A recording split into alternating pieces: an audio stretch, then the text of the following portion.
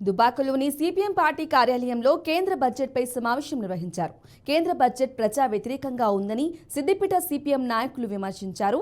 Corporate అనుకూల budget తప్ప మరొకటి కాదని ఆయన అన్నారు. ఆహార భద్రత, ప్రజా పంపిణీ వ్యవస్థ బలోపేతం చేసే దిశగా ఈ బడ్జెట్ లేదని తెలిపారు. కేంద్రంలో పార్లమెంట్ సమావేశాల సందర్భంగా బడ్జెట్ను దేశానికి సంబంధించిన బడ్జెట్ పార్లమెంట్లో కేంద్ర ఆర్థిక శాఖ మంత్రి నిర్మలా సీతారామన్ గారు ప్రవేశపెట్టారు.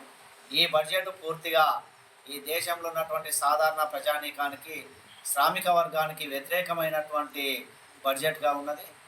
రెండవది, ఎఫ్డిఐలను, విదేశీ కార్పొరేట్ సంస్థలను స్వదేశీ కార్పొరేట్ సంస్థలకు అనుకూలమైనటువంటి బడ్జెట్గా ఈ బడ్జెట్ ఉన్నది.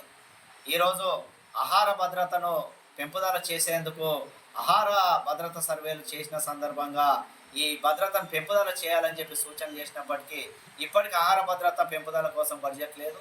ఈరోజు పౌష్టికార లోపం నుంచి వాళ్ళందరినీ మెరుగుదల చేయాల్సినటువంటి దాని కొరకు ఈరోజు బడ్జెట్లో పెంపుదల లేదు.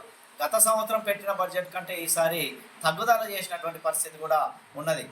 రామాయణపేట